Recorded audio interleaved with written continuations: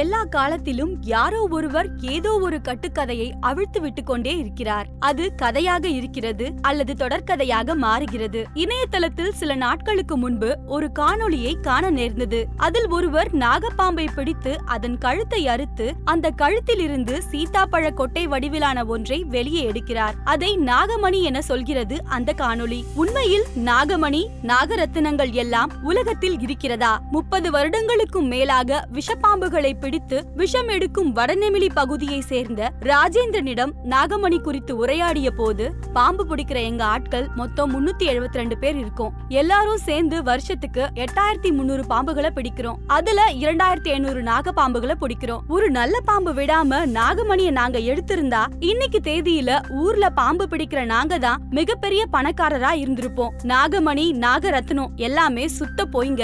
நல்ல பாம்புல இருந்து விஷம் மட்டும்தான் எடுக்க முடியும். நல்ல பாம்புன்னு இல்ல, எல்லா பாம்புகள்லயும் விஷம் மட்டும்தான் எடுக்க முடியும். விலங்குகளை வச்சு பிழப்பு நடத்துறதுல இதுவும் ஒரு வழி என்கிறார். மேட்டுப்பாளையம் பகுதியில் கடந்த 6 வருடங்களாக பாம்பு பிடிக்கும் வேலையை சேவையாக செய்து வரும் ஜஸ்வின் அவர்கள் சொல்லும் போது, பாம்புகள் சம்பந்தமா நிறைய புத்தகம் படிச்சிருக்கேன். பாம்புகள் தொடர்பான எல்லா நிகழ்வுகளுக்கும் போய் வந்திருக்கேன். நாகமணி பத்தின செய்திகள் மொத்தமா பாம்புகள் பத்தின தவறான பிம்பத்தை தான் மக்கள் மத்தியில உருவாக்கி இருக்கு. உண்மையா நாகமணிக்கு பின்னாடி நடக்கிற விஷயம் இதுதான். காடுகள்ல இருந்து பிடிச்சிட்டு வர நாகப்பாம்ப அதோட தலைய அறுத்து அதுக்குள்ள மணி மாதிரியான ஒரு பொருளை உள்ள வச்சிடுறாங்க. அதுக்கப்புறம் மக்கள் நடமாட்டம் இருக்கிற பகுதியில கொண்டு வந்து தலைய அறுக்கிறது மாதிரி அறுத்து உள்ள வச்சிருக்க மணியை எடுக்கிறாங்க. அத மக்கள் கிட்ட நாகமணின்னு சொல்லி விற்பனை செய்யறாங்க. நாகமணி வீட்ல இருந்தா செல்வம் பெருகும்னு நினைக்கிற சில பேர் எவ்வளவு பணம் கொடுத்தும் அதை வாங்கிட்டு போயிடுறாங்க. நம்ம மக்கள் அறிவியல் கூடவே பயங்கரமா விளையாடுவாங்க. இதுல வேடிக்கை என்னன்னா, நாகமணியோட ஒளியில வேட்டையாடுற பாம்பு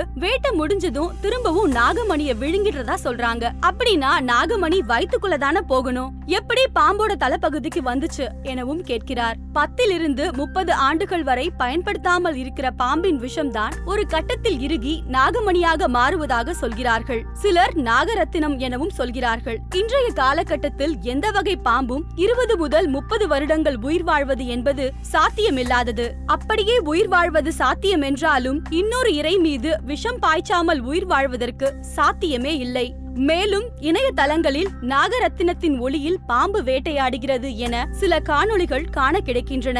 அவையெல்லாம் திட்டமிட்டு பரப்பப்படுகிற பொய் என்கிறார்கள் ஆராய்ச்சியாளர்கள். நாகப்பாம்புகள் நாகமணியின் வெளிச்சத்தில் இரையை பிடிப்பதற்கு தனது விஷத்தை 20 வருடங்கள் சேமிக்குமானால் அவை 20 ஆண்டுகள் உயிர் வாழ்வது எப்படி சாத்தியம் என கேள்வி எழுப்புகிறார்கள். உணவிற்காக, மருந்திற்காக என்று எல்லா நாடுகளிலும் பாம்புகளை மையமாக வைத்து பல கருப்பு சந்தைகள் இயங்கிக் கொண்டிருக்கின்றன.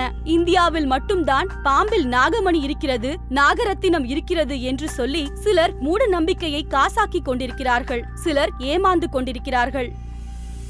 மேலும் இது போன்ற தகவல்களை தெரிந்து கொள்ள சுட சுட சேனலை சப்ஸ்கிரைப் செய்யுங்கள்.